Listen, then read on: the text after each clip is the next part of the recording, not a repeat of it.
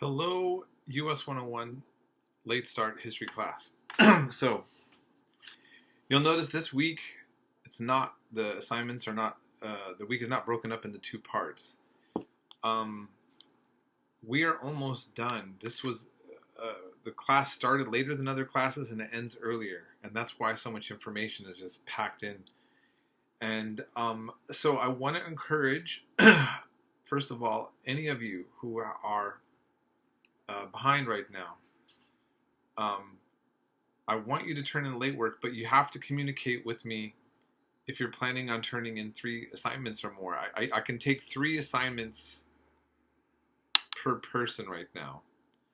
I'll just give that to you. But if you want to be able to do more, you need to contact me. Okay, so I'll automatically let you turn in 3 late assignments. But I need you to communicate if you send anything more. Okay, and so just keep that in mind. All right, so I just want to give a quick summary of where we're at and kind of put it all together because we crammed in all this information. So in our discussions, we went over the Mexican-American War, not covered as much as it should be, as we know. We also recognized that it showed in that the importance that the slavery question gets pushed into the forefront of U.S. politics after all the victories of the territories that the U.S. takes from Mexico. Also, what we covered was the role that indigenous people played on both sides of the border between the Mexican and the United States, and how they were not inconsequential to the discussion and the conflict, that they need to be integrated, the tribal groups that were resisting either side, and that they were players in their own right. Okay. Then we move into Nat Turner's Rebellion. And with reading Zen's works, I saw in your discussions how you covered and addressed the fact that Zen was pointing out, one, that those who were enslaved were not passive as well, that they found ways to resist always. And Nat Turner's Rebellion is this very horrifying act of violence, but also the actual institution of slavery was itself an act of violence. And it also really kind of puts us into the moral conundrums of what is considered legitimate resistance. Although I thought it was interesting, years ago I met a man who said that the oppressors always dictate to the oppressed the ways in which they supposedly have a right to resist. Or, in essence, the oppressor is saying no one has a right to resist, right? So they can steal your children, they can kill your children, they can take your body and do what they want with it. But if you resist that and do something, you're by default the crazy, violent person. But tragically, what we do see is that innocents, like children, do become victims also from the white side. So in other words, the whole institution of slavery creates a culture of violence and oppression in which innocent people are going to get hurt. But the majority that are going to suffer, of course, are those who are enslaved. Now, as you looked in the discussion with Nat Turner, we saw that even though he was a free agent himself, and he resists and he brings other slaves into this act to try to liberate themselves, he doesn't get to tell his own story.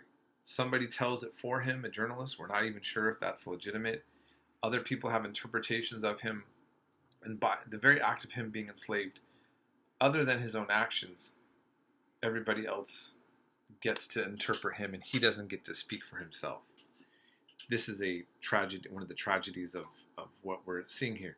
Now, then we cover John Brown, a white Christian man who also picks up weapons and commits what would be called atrocities, like in the Potawatomi massacre, to fight atrocities as well.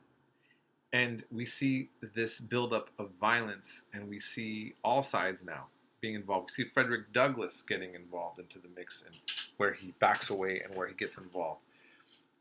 And one of the things that I just want to kind of say right here is that please pay attention and think about as you move forward, as we start looking at the rest of the information as we cover the Civil War, we are constantly, you will notice that many Americans debate whether the Civil War was really about slavery only, or they challenge the notion that that was the sole reason for the U.S. Civil War. I hope what you're seeing here and what I'm trying to demonstrate for you is that Americans were already killing each other before the Civil War over slavery. And look at those primary sources that we cover in the Declarations of Secession. Look at the Confederate Constitution as we cover that, and think about how much, like, there was nothing else being discussed as the main reason. So this is kind of an outrage. I find that the fact that this is even considered debatable is an insult to our intelligence, and it is not just a lack of justice to like ignore the fact that this was the main thing. What it means is that we are collectively in denial about something that's well documented. That's a form of national weakness if we cannot have an unequivocal understanding of what the Civil War was about. And so I want to put it in those terms. Think about that. And so when looking in your discussions and you're looking at primary sources and we're looking at these different texts, think about all that. So I've been seeing, again, I saw a lot of the nuance and the kind of awareness in the discussion that we just had on Nat Turner.